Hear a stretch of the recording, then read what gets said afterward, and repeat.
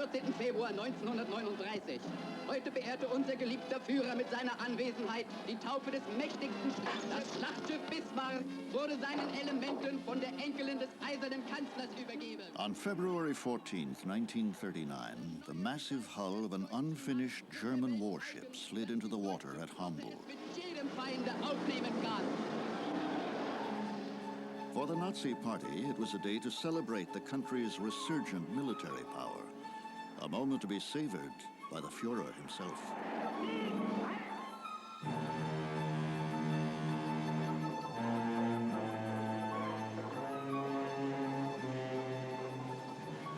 Two years later, the ship was finally ready for action.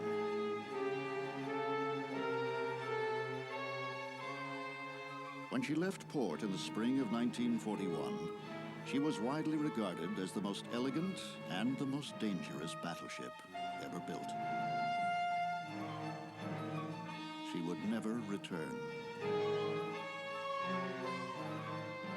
Her name was the Bismarck, and she was about to become a legend.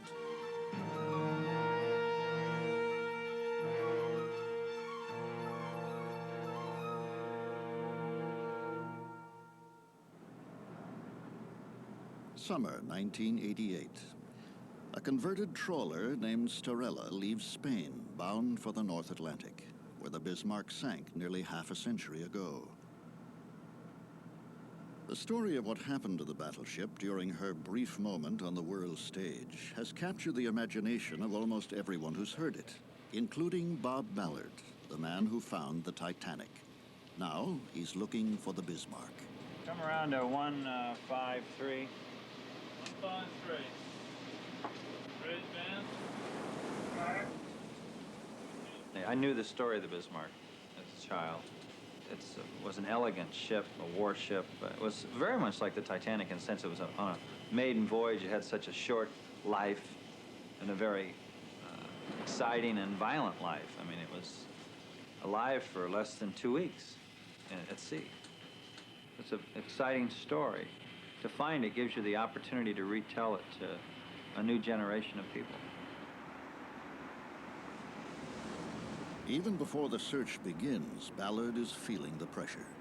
Well, I won't find it. I'll be disappointed, obviously. So will a lot of other people. But it was sort of interesting on this one. When I did the Titanic, no one believed I would find it. Now no one believes I won't find the Bismarck, and I don't think I preferred when they didn't think I would find it. If the Bismarck is as elusive today as she was half a century ago, Ballard has his work cut out for him. 1941, Monday, May 19th. The Bismarck leaves German waters on her first mission. What her commanders hope will be a 3-month reign of terror on British shipping in the North Atlantic.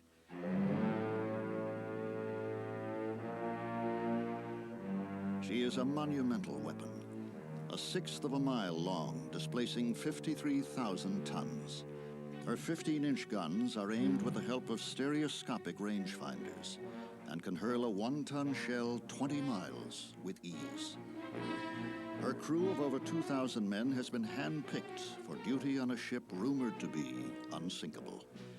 Many are 18 or 19 years old, about to see combat for the first time. The Bismarck is like a huge cat waiting to pounce on unsuspecting prey. But first, she must prowl into enemy territory without being seen. Two days out of port, the Starella approaches the Bismarck's last known position, 600 miles west of France. Because no one knows exactly where she sank, the search could cover nearly 100 square miles. As far as the location of where the Bismarck was lost, we have 4 separate positions.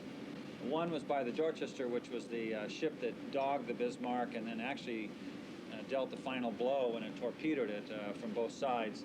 It gives its position over here in the eastern search area. Then there's the position of one of the destroyers, which is over in the western area. A published report also puts it in the same area, and then we have a secret document that puts it even yet a 4th area. Ballard is a pioneer in the use of sophisticated technology to explore the deep sea. Oh, Van, this is bridge. That's 340 now. All right, let's put it in. Take over the control. Okay, bridge, 1853. These transponders will sink to the seabed and begin to emit powerful acoustic signals, allowing Ballard to pinpoint his position on the surface.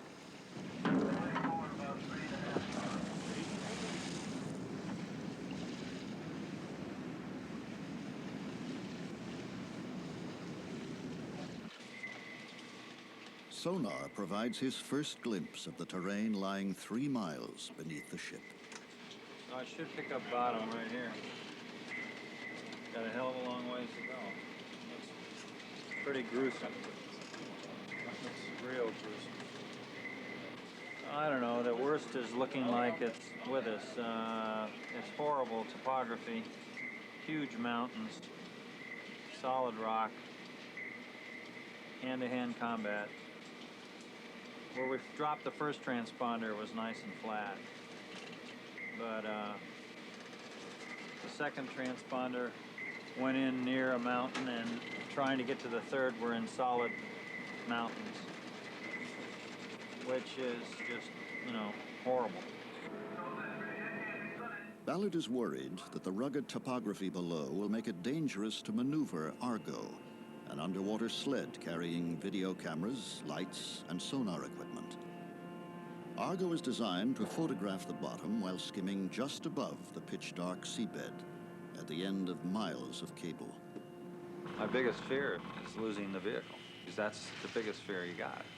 It's hanging up on a cliff and cutting your cable, and then losing it. I've come close before. I don't want to do that again. Ballard decides to avoid the mountains and focus his search on the flat mudplains to the west. For the men who operate Argo, like Ballard's son, Todd, the long watch is just beginning.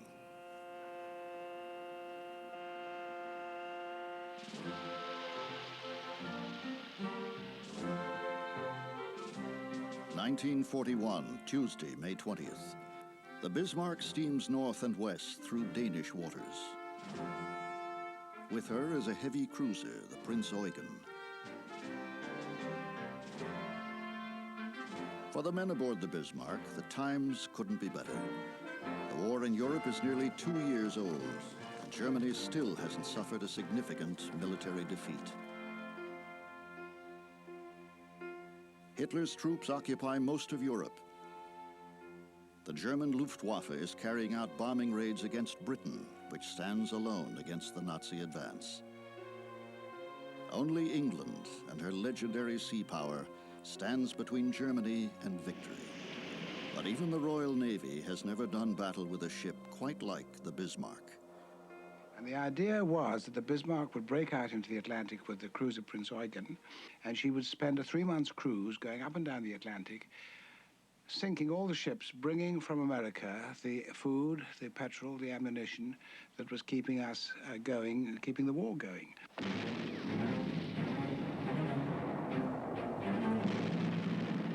Although the United States won't enter the war for another 6 months, supply convoys from America are already being hit hard by the German Navy. If the Bismarck had got out onto the Atlantic sea routes, she could have done an enormous amount of damage. I think that if she had done that, she could have altered the course of the war. So it was very, very critical. She had to be sunk. But first, she has to be found. As far as British intelligence knows, the Bismarck is still safely in German waters, finishing her sea trials. In fact, she is already making her escape from the confined waters of the Baltic. The German plan is simple, bold, and risky. First, they hope to slip through the narrow waters off Sweden and Norway and break through to the North Sea. If the Bismarck hasn't been detected, it should be no problem to sail into the Atlantic, perhaps through the Denmark Strait. But the Bismarck is detected. On a sunny Wednesday afternoon, a British Spitfire snaps this photograph, showing the Bismarck nestled in a Norwegian fjord. report that Bismarck is trying to break out is confirmed. Now, all the Royal Navy has to do is catch her.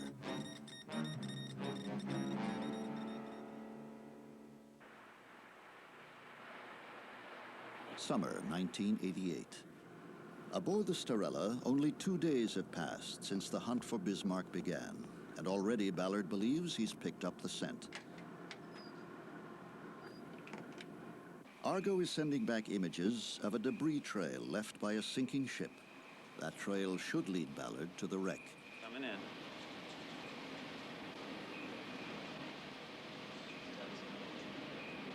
Come up, Todd, to 20 meters. 20 meters. Something is buried here. There's something right there. Going down. Down. Keep going. Down. On the downswing. On the down. Now. Bang. The sinking should have been up in here. I mean, that's the best guess. And that's where we're headed. So we're going to head up there, but stay visual. And try to stay in debris, sort of smell our way up. For the next 3 days, Ballard follows the meandering trail of wood and metal. On the 4th day, Argo finds something larger. Got a good object coming. Look at that brightness of that sucker. Wow, that's awesome. Whatever it is, it's a big thing. Hold on this altitude. Should be coming right Well, up what's on the this? target. Look at this. This is what we come for. Look at that strike. There's some hull section right here. All right, down to about 7 meters.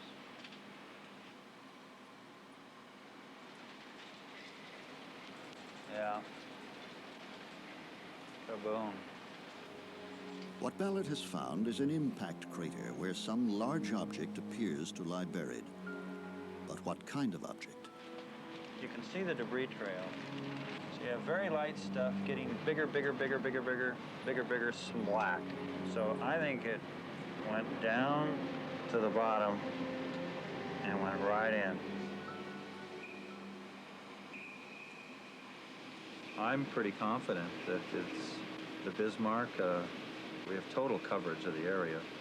And I think as we produce our data and process it, our case will get stronger, not weaker.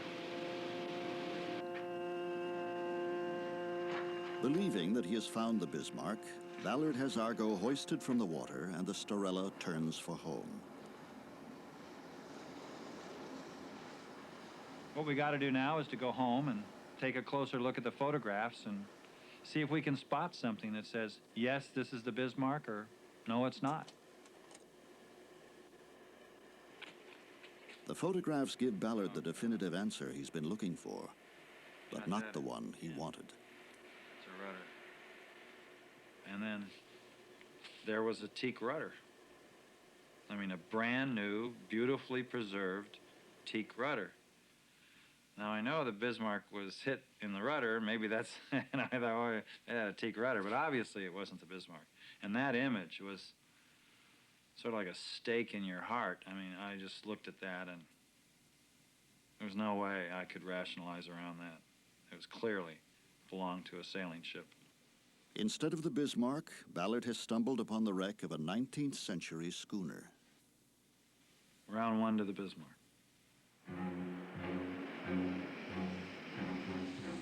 "50 years ago, the Bismarck was proving to be just as elusive to the Royal Navy. On Friday, May 23rd, the battleship is spotted by a patrolling British cruiser as she prepares to pass through the narrow strait between Greenland and Iceland. 250 miles away, the British warships Prince of Wales and Hood are alerted. They begin steering a course to intercept Bismarck before she reaches open water. Leading the attack will be the largest ship in the British fleet. Now, the Hood was the epitome of everything that was marvelous about the Royal Navy before the war. She was a wonderful ship. She was built during the First World War, and unfortunately, she had very poor armor, very lightly covered armor on her decks. And she shouldn't have been there, unarmored as she was. Ich sag Ihnen jetzt vorweg etwas. Ja. Now, the Hood was a name all of us knew and hated. Our commanders tried to scare us with the name when we were on maneuvers. In every exercise, they'd say, "Our ship is in a battle with the battleship Hood." Im Gefecht mit Schlachtkreuzer Hood.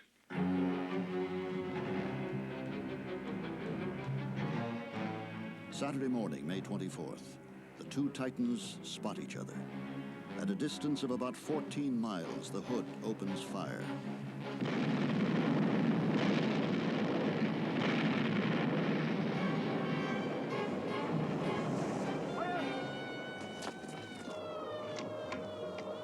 Bismarck responds with a series of salvos.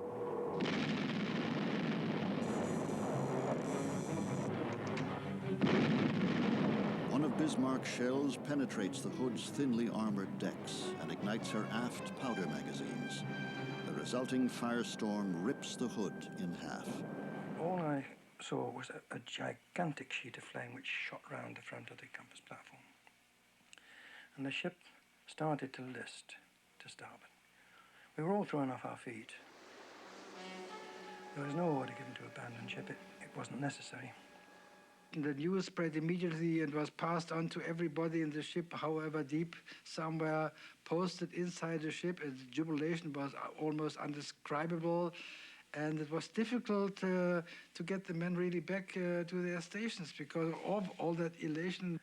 I managed to get on one of these rafts, and I turned and looked round again, and she'd gone, and there was a fire on the water where she'd been. And I say the water was about 5 inches thick with oil, and again I panicked. I turned and swam away again as fast as I could. And when I looked round again, the fire had gone out. And over on the other side were the other two. There was no one else came up, just the three of us. In less than 10 minutes of battle, the Hood is gone. Only 3 men from a crew of 1,400 survive. When this news was received in England, it was received with the greatest shock. It was as much of a shock to us in England as Pearl Harbor was to America. We couldn't believe that a ship which epitomized the Royal Navy and all our successes in the past could end within a few minutes, could end her life. And people said, well, what next? I mean, if the Bismarck can sink the Hood in 6 minutes, what else can she do? Summer 1989. A year after coming up empty-handed, Ballard prepares to renew his search aboard the Star Hercules. Well, we learned a lot last year, mostly where the Bismarck wasn't. We got a better ship, have a better winch system, and we can finally take on the mountains. It's just too dangerous last year.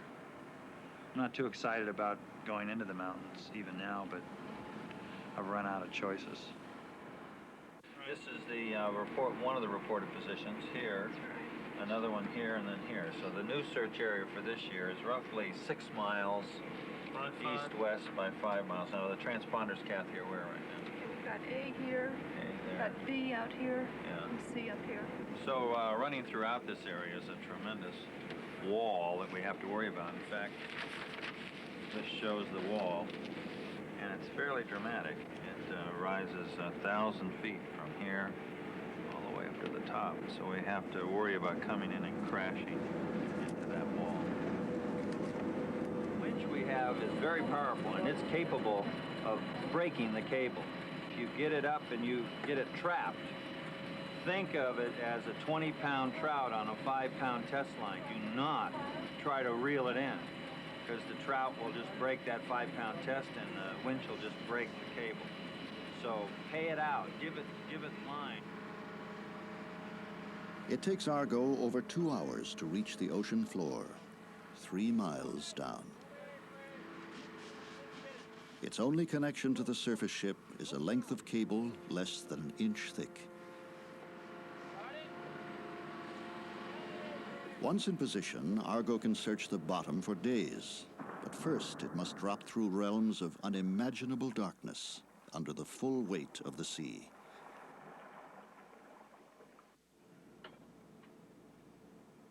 Although the sled performs flawlessly, the first week ends without Ballard finding any trace of the Bismarck.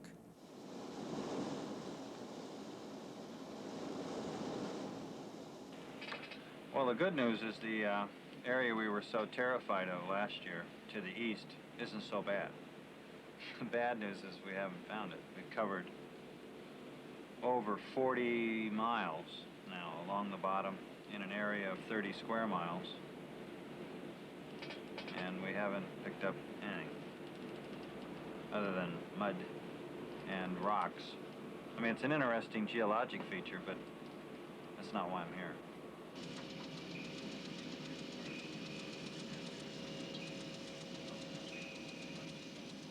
You guys are really milking this one, huh? Why don't you guys find this thing? Nothing yet. Todd, see anything? Nothing out of the door. You almost want to throw trash over just to have something to look at. Anything's more fruitful than this. This is boring. Mud watching? I don't think the world realizes that most of the planet is mud. And I think I've looked at more mud than anyone else. Yeah, I think that's the worst part of any search, is just the boredom. And hours and hours and hours of mud. And that's what I'm worried about, is fatigue setting in and people just going right by it and not seeing it.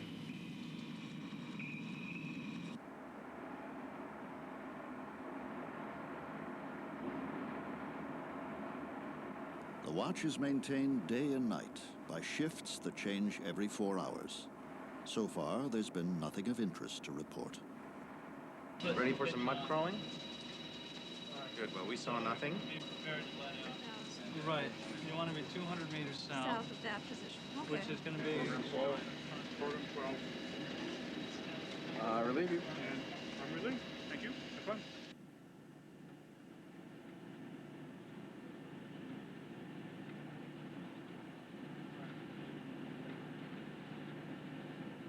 The area we're searching is quickly exceeding the size of the area we searched for the Titanic. So they were really evidently very busy shooting at one another and not very busy at being navigators, because the positions that have been issued so far, there's nothing there.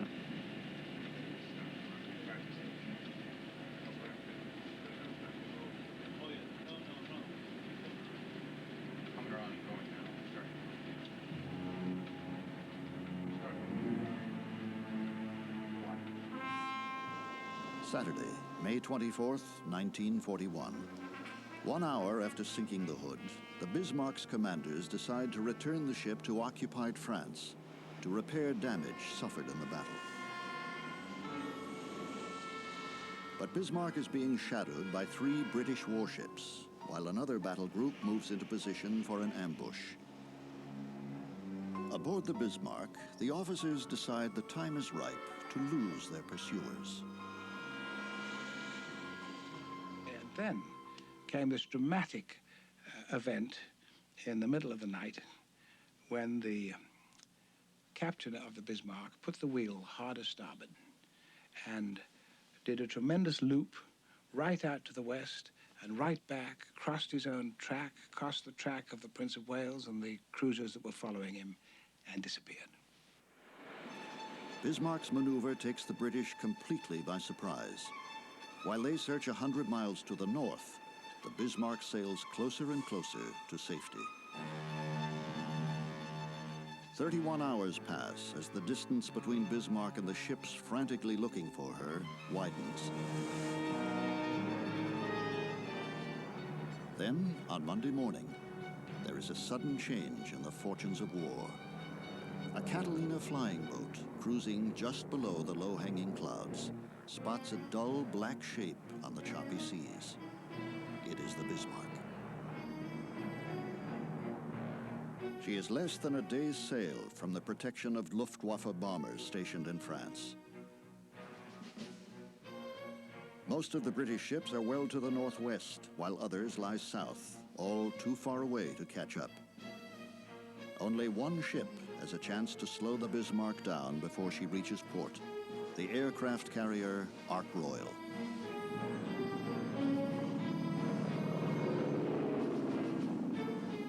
But the Ark Royal is less than an ideal weapon to pit against the Bismarck. Her aging swordfish torpedo planes have wings made of fabric, an attack speed of less than 100 miles an hour, and carry only one torpedo apiece. Yet they are the only weapon the British have left. If the Swordfish can't slow the Bismarck down, she'll be in friendly waters by morning.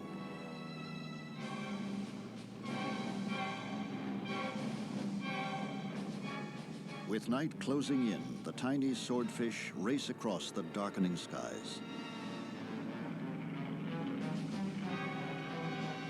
At 8:53 p.m., they spot the Bismarck and attack.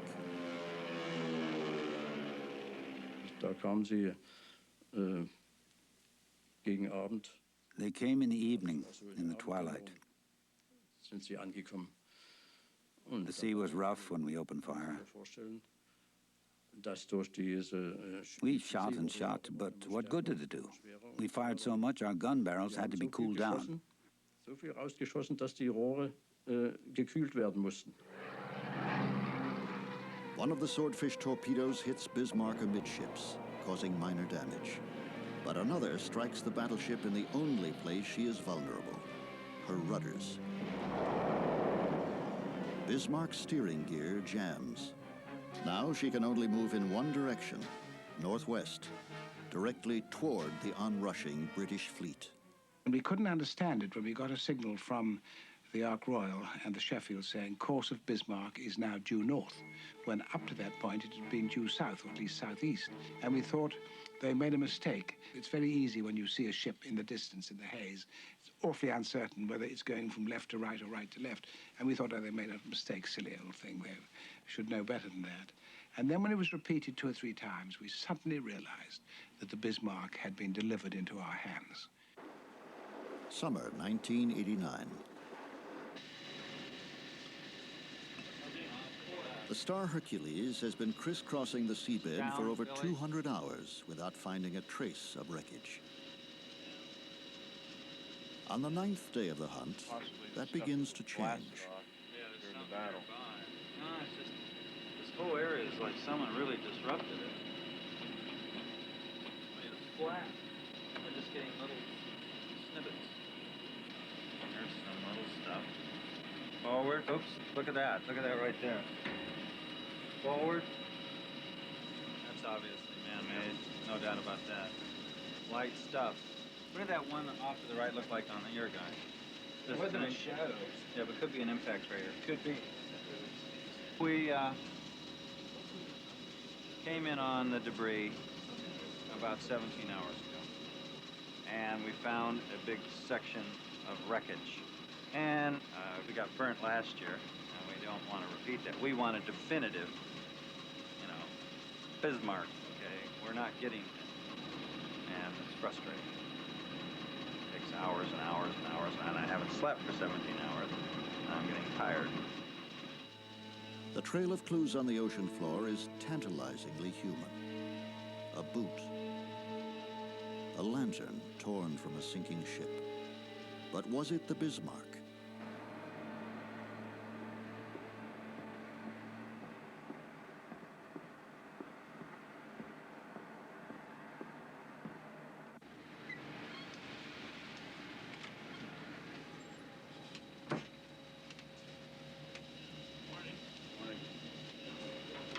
Just junk. Oh, it's a nice piece of junk.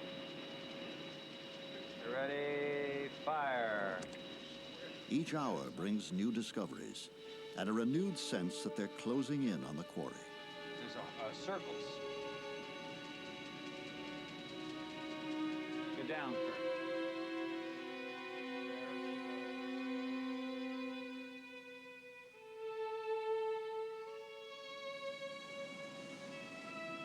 Yet nothing they have found can positively be linked to the Bismarck until just before midnight, when Argo passes over what appears to be part of a turret that once housed Bismarck's 15-inch guns.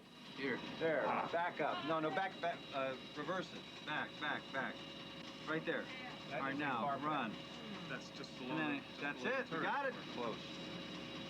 They didn't have those on 18th century sailing ships. No, they did not have those in 18th century. They didn't. No. Do you know what the name of the... Just like like the boiler. The cylinder, first thing we saw, That was decisive. a fingerprint of the ship. Yeah, that was decisive. Ballard knows he's getting closer, but he's not there yet. We haven't found the ship. I don't think it was buried. I don't think it slid down that hill. I don't think it's there. I think it's somewhere else, but nearby. And here's more debris coming in. And it's that debris. The debris trail is going to lead us to the ship. We just have to pick up the scent again. Tuesday, May 27th, between midnight and dawn. Over a dozen British warships close on the crippled Bismarck, waiting for first light to deliver the final blow. They know their quarry is wounded, but no one can guess how badly. At about midnight or shortly after, the conclusion had to be drawn. It was impossible to do a useful repair, and it was just given up, and next morning had to be awaited. Wir haben beim Geschütz unsere Mahlzeiten eingenommen. We ate our meals at our guns.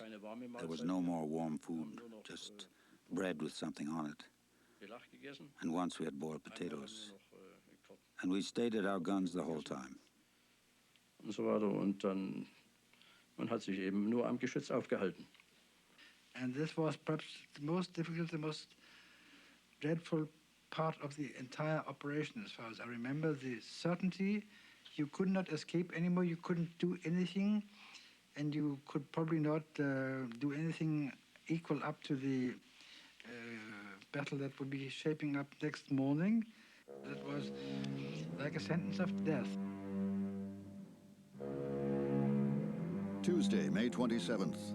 2 hours after sunrise, the Rodney and King George V finally spot the Bismarck emerging from a rain squall. Battle stations are called. At 8:47 a.m., the British warships open fire.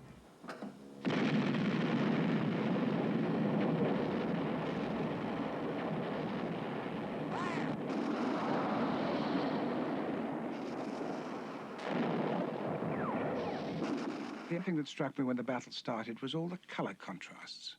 The Bismarck was black, the British ships were gray, the seas were green with the wind creaming the tops, sort of creamy tops. There was the brown of the cordite. When the guns fired on both sides, there was this brown puffs of cordite smoke. And then there was the flash, the orange flash of the guns. And then these enormous shell splashes, high as houses, white as shrouds.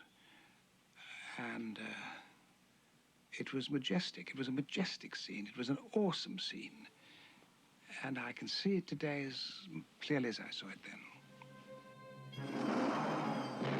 For 1 full hour, the relentless British salvos continue.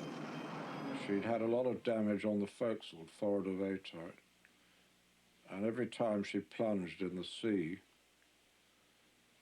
the plates on her port bow, extending over a large area, were red hot as she came out. And then when she went into the sea, as a cloud of steam.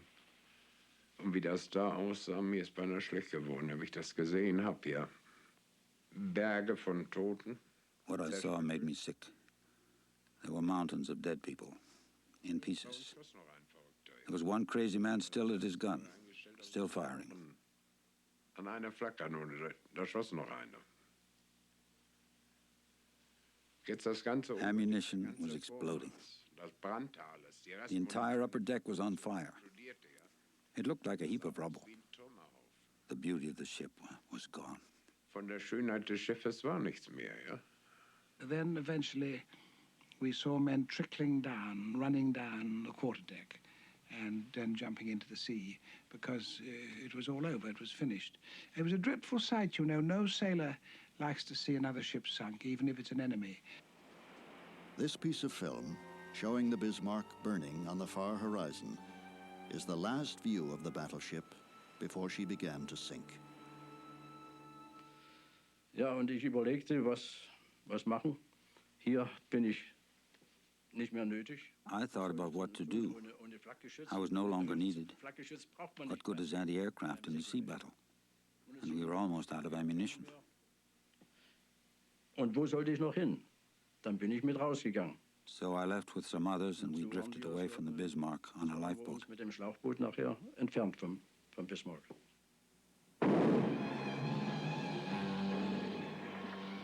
The Admiral decided the only way to sink her was to torpedo her. So we went in close and fired our torpedoes. And then we watched her sink.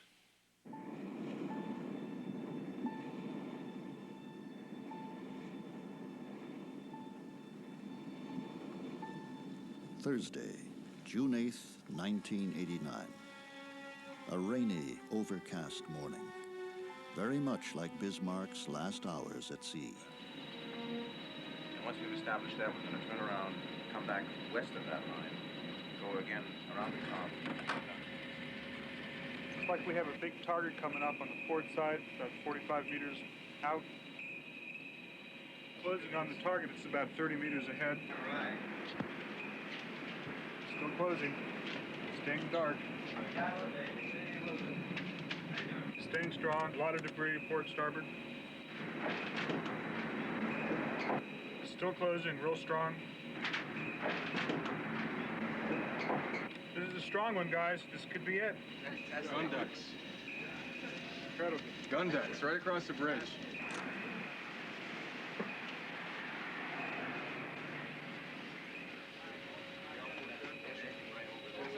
Look at that baby. Yeah, the bridge is gone. Again? We got it, huh? It was in that crater. And it just kept boom, right across the middle. You couldn't ask for anything better. I tell you, absolutely amazing. So it's 100 meters further than what we were. Well, I guess you want to be in the trash. All right.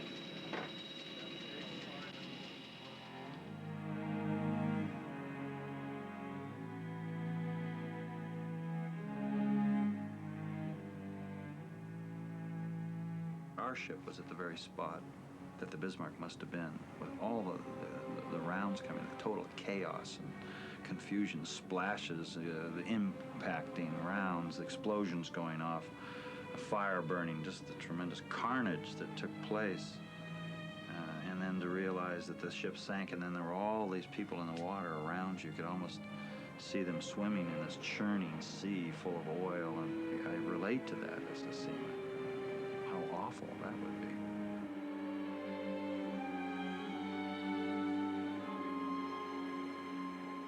Anschließend schwammen wir immer etwas, nicht? We swam for a little while, just to keep moving so we wouldn't freeze. The water was about 10 degrees Celsius. It was so difficult to swim in the oil that had assembled on the surface of the ocean from the sunken ship. It penetrated in our faces and ears. It was terrible and made everything most difficult. We were ordered to go and rescue them in the ship I was in. So we came up slowly to them and tried to pull them up the ship's side on ropes. I remember a story that spread right away on the Dorsetshire. A British seaman saw a German sailor who had no arms trying to swim. So he climbed down into the sea and fastened a rope around the man's body. I reached one of the ropes to help them pull this survivor up, and then we noticed that he had both his arms shot off and was holding the rope with his teeth. And he fell off just as we got him to the upper deck. And I went over the side to tie a bowline round him. So I did that. Then I lost him. For those of us on the Dorsetshire, the name Joe Brooks means something. Our government should give that man a medal for humaneness.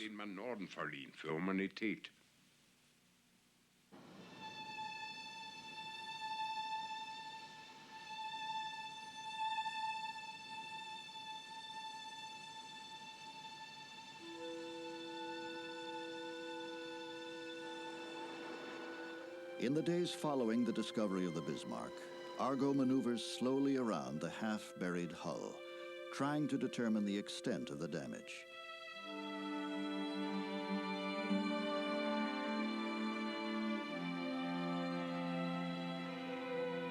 Well, I think any time you retell a story, particularly World War II, people learn from it. I mean, the futileness of it, the stupidity of it, the wastefulness of it.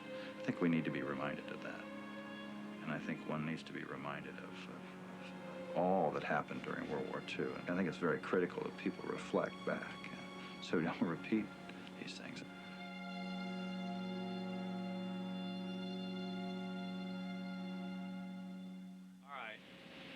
All right, Martin, sequence through. Okay, what's it? Stop, what's that? Looks All right, down, look. It's a swastika. Look at it. Is it a swastika? It's a cross. A cross? No, it's not a cross. Oh, you can see the lower right. It the is lower a leg. swastika. That's a swastika. It's a swastika. It's a swastika, yeah. Some of part of it's covered up by the sediment, and the other part is chopped off. All right, down, look. Möge sie begleiten der einzigen Handlungen auf den glückhaften Fahrten im Frieden. Möge aber, wenn es sehr notwendig sein sollte, ihnen Mahnen voranleuchten in den Stunden schwerster Pflichterfüllung. Mit diesem heißen Wunsch begrüßt das deutsche Volk sein neues Schlachtschiff Bismarck.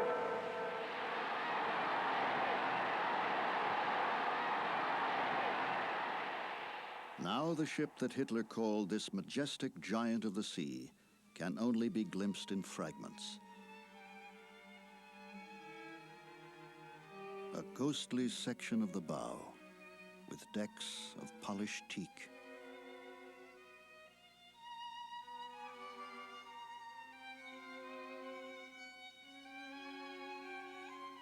Bismarck's 15-inch guns, once held in place by their own weight, fell free when she rolled underwater.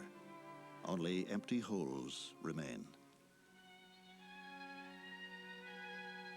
Across one of the 4 turret holes, a crane lies toppled.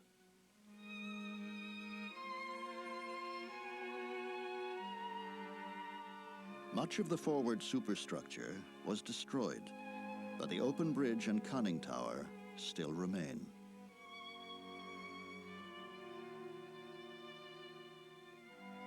A moment's glory, then 50 years of darkness.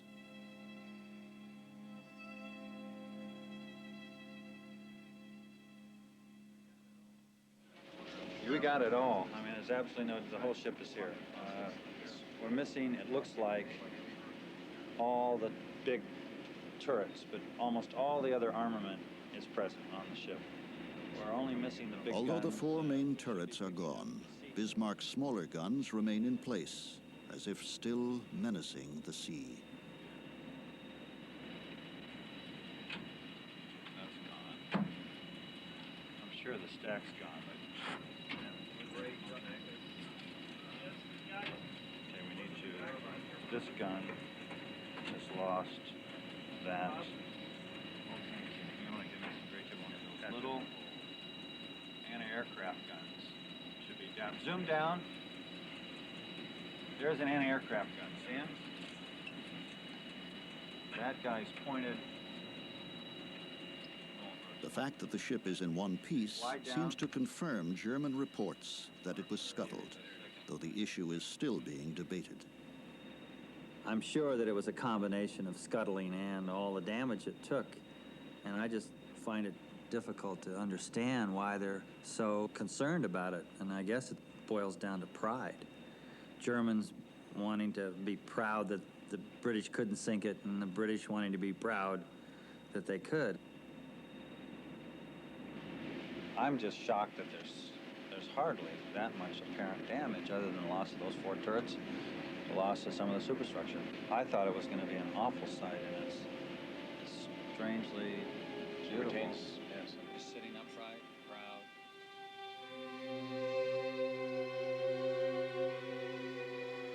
The Bismarck survivors have been in the water over an hour when the British cruiser Dorsetshire arrives to pull them from the sea. The rescue effort has hardly begun when the Dorsetshire's captain gets a report that a German U-boat has been spotted. In an action that remains controversial to this day, he orders a retreat. The question runs through my head all the time. Why did Captain Martin stop the rescue while so many hundreds of men were still in the water? I can only interpret it as an act of revenge for what happened to the Hood, which sank with all her crew except for the 3 men who were rescued. Hardly had I been taken underneath on board the Dorsetshire that I felt by the vibrations of the ship that she had gone with utmost speed, and I had been one of the last to be rescued without ever having a notion of it so far. It was a terrible thing. The water round Dorsetshire's stern foamed and bubbled with the sudden exertion of the screws. Slowly, then faster, the ship moved ahead. Bismarck survivors who were almost on board were bundled over the guardrails onto the deck. Those halfway up the ropes found themselves trailing astern, hung on as long as they could against the forward movement of the ship, dropped off one by one. Others in the water clawed frantically at the paintwork as the sides slipped by. In Dorsetshire, they heard the thin cries of hundreds of Germans who had come within an inch of rescue, had believed that their long ordeal was at last over. Cries that the British sailors, no less than survivors already on board, would always remember. From the water, Bismarck's men watched appalled as the cruiser's grey sides swept past them. Believed then that tales they'd heard about the British not caring much about survivors were true after all. Presently found themselves alone in the sunshine on the empty, tossing sea. And during the day, as they floated about the Atlantic with only lifebelts between them and eternity, the cold came to their testicles and hands and feet and heads. And one by one they lost consciousness. And one by one they died.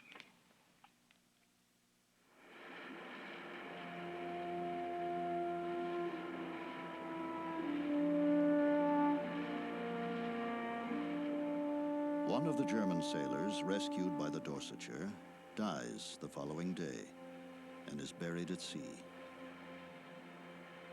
The chaplain was there with some British crewmen, and we stood across from them, face to face, just staring at each other, not sure what was happening.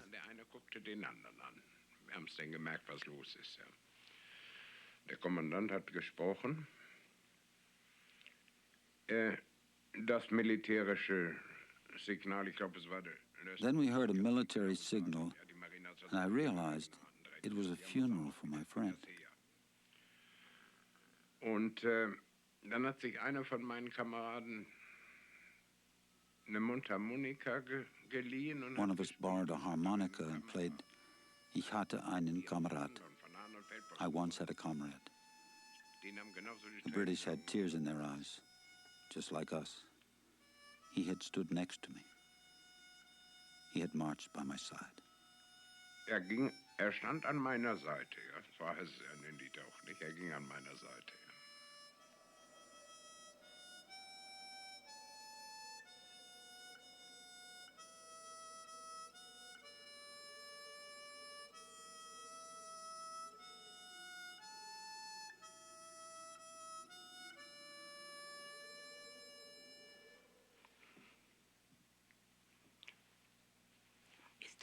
Teilweise schwierig. It is sometimes difficult.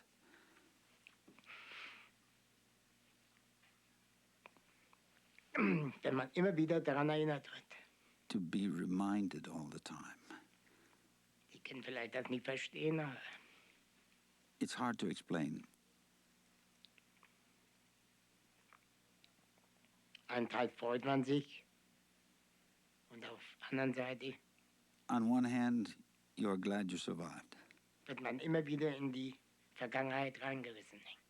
But then you are pulled back into the past again.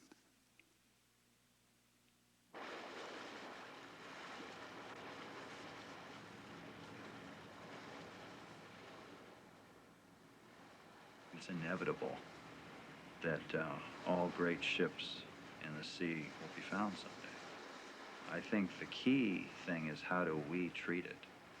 I mean, what's our reaction to it? Do we treat it respectfully? Do we not touch it, not disturb it? Do it with respect? To me, the Bismarck's the war grave.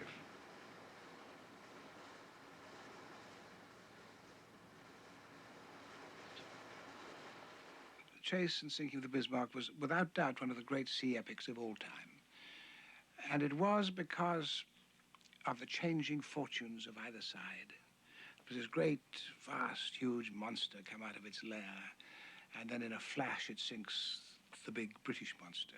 It disappears. We look for it. We can't find it. A little tiny aeroplane suddenly finds it, reports where it is. Another little tiny aeroplane sends a torpedo which cripples it, and then the big British ships can come up and sink it. It's an extraordinary story. I mean, and it's full of heroism, and it's full of heroism, and it's full of pride on both sides. I mean, these were wonderful ships, and the impersonality of it all. You see, we all fired at each other without seeing the enemy. We never saw the enemy at all. The only time I ever saw the enemy was when this little trickle of men ran down on the Bismarck's quarterdeck and jumped into the sea. Apart from that, I could have been firing, or we weren't firing ourselves, but the British could have been firing at castles. A sea battle is a very impersonal thing. It won't happen again. Not like that.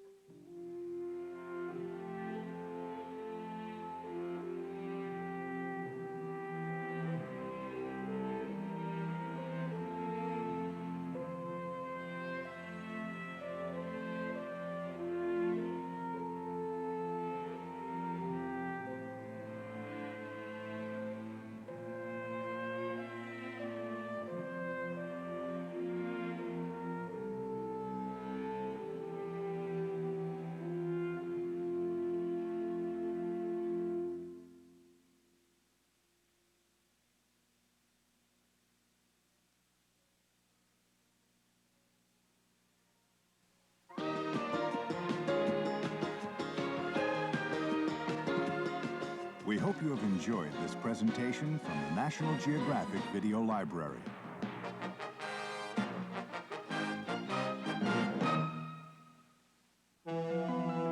April 1912, the greatest maritime disaster in North Atlantic history. RMS Titanic was the ship they called unsinkable. It was a luxurious floating palace, the largest ship of her time, doomed from the moment her maiden voyage began. 74 years later, the Titanic's resting place is uncovered, and explorer Dr. Robert Ballard dives deep into the disaster that shook the world. National Geographic journeys through tragic corridors beneath the sea to uncover the secrets of the Titanic. Three, go. Between 1968 and 1972, 24 men left the Earth and journeyed to the moon. This is the film they brought back, and these are their words. Stand by for touchdown. This is going to be spectacular. I felt at home there, even though the Earth was a long ways away. Look at the size of that rock. Good deal, boy. There is new knowledge to be gained and new rights to be won for the progress of all mankind. Join National Geographic for a wondrous journey into the unknown. Man must explore. For all mankind.